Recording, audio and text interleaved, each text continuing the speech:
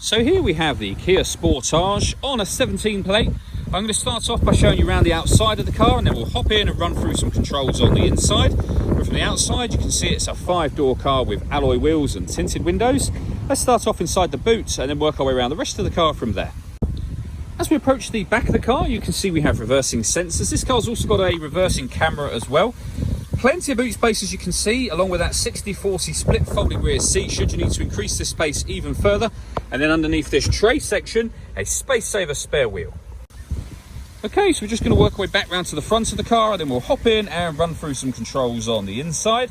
But now that we've done a full circle of it, you can see it's in excellent condition the whole way round.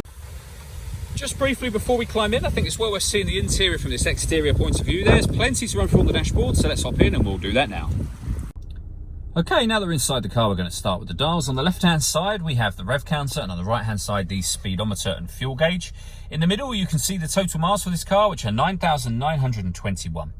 Above that, we have a digital readout for the speedometer. You can change the information that's displayed there with the buttons on the steering wheel for various bits of trip computer information, but there are other menus available as well. So we have satellite navigation, your lane assist, audio, vehicle settings and user settings, and then back round to the beginning again. And the buttons that I was using to do that are just here, along with cruise control as well.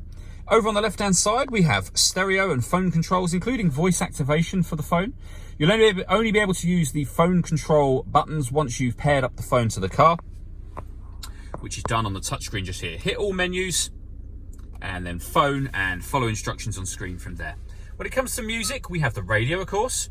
You'll see we have DAB, FM and AM radio. If you want to listen to your own music, you can do.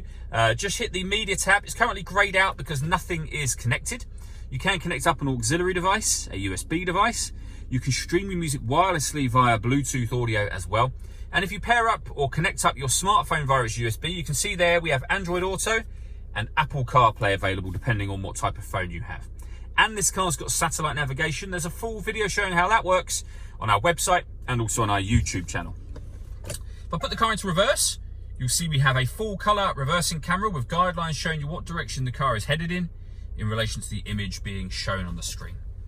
Working our way down, we have the main volume for the stereo and some buttons there that will enter into certain menus directly if you'd rather use those than the touchscreen. We then have the air conditioning, so you can determine the passenger temperature, the driver temperature. You can increase and decrease the fan speed and determine where you'd like the air to be distributed within the car. All adjustments that you make are shown along the top of the screen just there.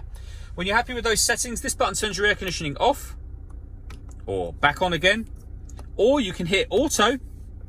And in doing so, the car will now take full control of the fan speed to maintain the temperatures that you've asked for.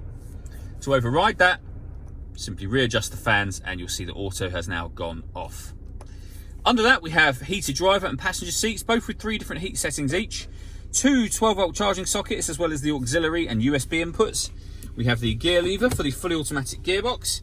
And then these buttons just here. So this one turns the parking sensors off, and this one turns off the stop and start.